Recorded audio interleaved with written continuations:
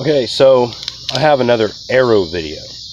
What I ended up doing is making a couple of these guys. And I'm actually going to hunt with these. They are what's left of the the glass-tipped arrow and the bone-tipped arrow from my other video where I shot, and they flew and hit the target. With these things, I actually get near bullseyes at about 13 yards. So I feel comfortable at up to about 15 yards with these, and they hit hard. They hit really hard. Now I also have, if I can get them out here, I also have a couple of manufactured arrows too. And those are going to be my primary, like deer arrows. I also get to hunt turkey. I get 2 turkey and 2 deer. But I wanted to show an alternative point too. And this is the simpler arrow. This is called a chisel point.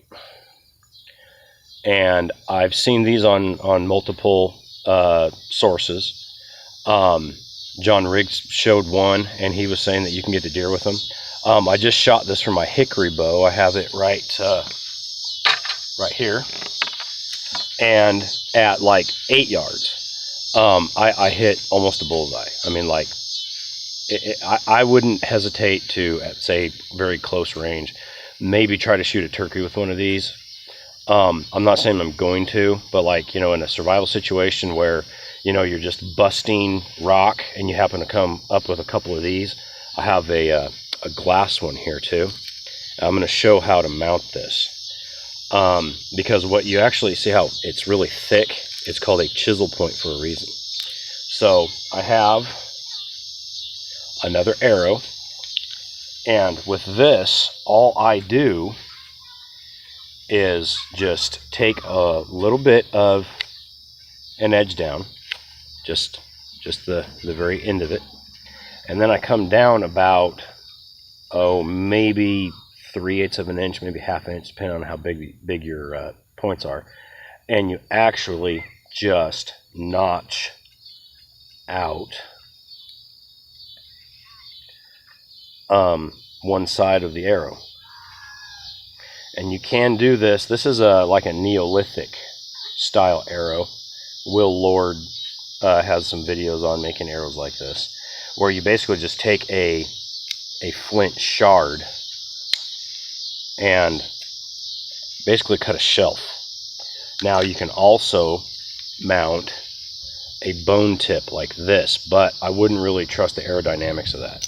I like the more blunt weighted tips. This would be perfect for a rabbit, whatever. So that's what that's looking like. I'm going to take just a little bit more off, and I can actually just shave that. I just wasn't a clean break.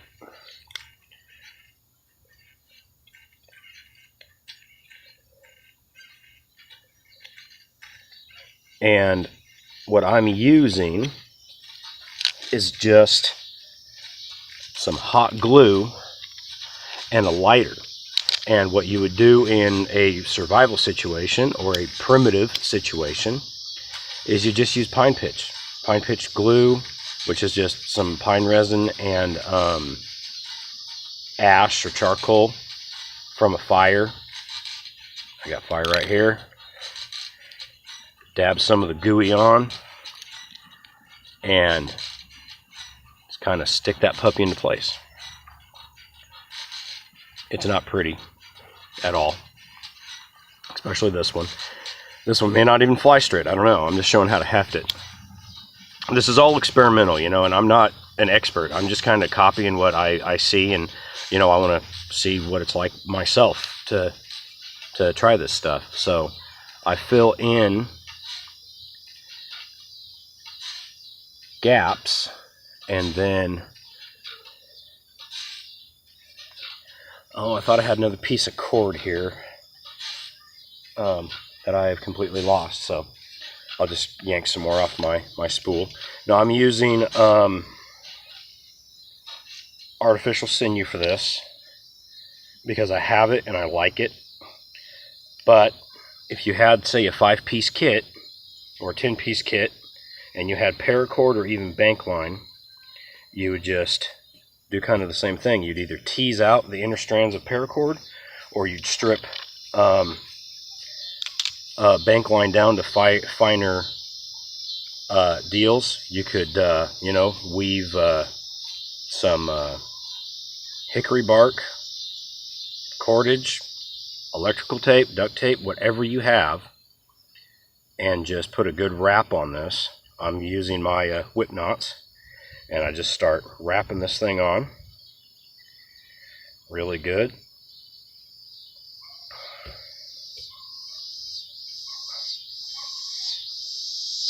And I'm going to put some extra down here because this thing wanted to split on me. So I'm just going to kind of go down really good on this lower spot. One more time, use some of the extra slack.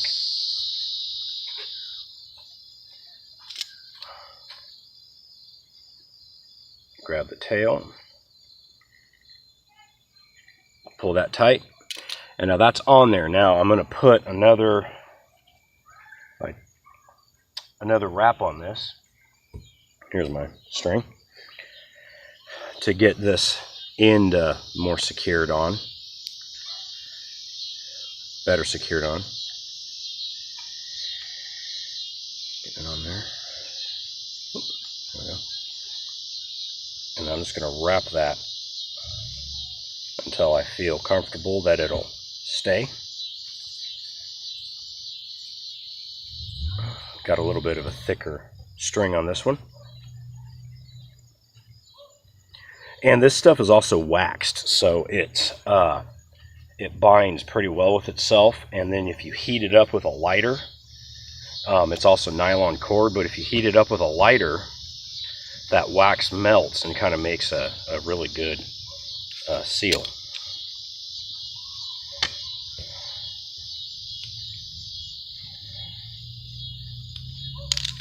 So, you basically make yourself a fire, snag some coals off of it, make yourself up some glue, and knock one of these things out. And you can get these just by smashing rocks. You don't have to be an expert flint knapper or nothing. And basically you could get some small game points, squirrels, rabbits, even like that. You can just kind of, all you have to know, get yourself a sharpened stick or something, and all you have to do is just shape this out a little bit. And you don't have to actually knap an arrowhead. You can just bust a rock up, and it doesn't have to be quite as like say high quality, and you can get a decent field point.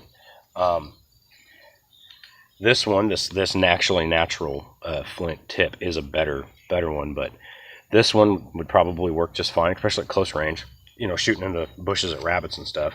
And on short range shots, you don't even actually need fletchings, but these ones are just little tiny feathers just to kind of cause some drag. You can find those here and there in the woods.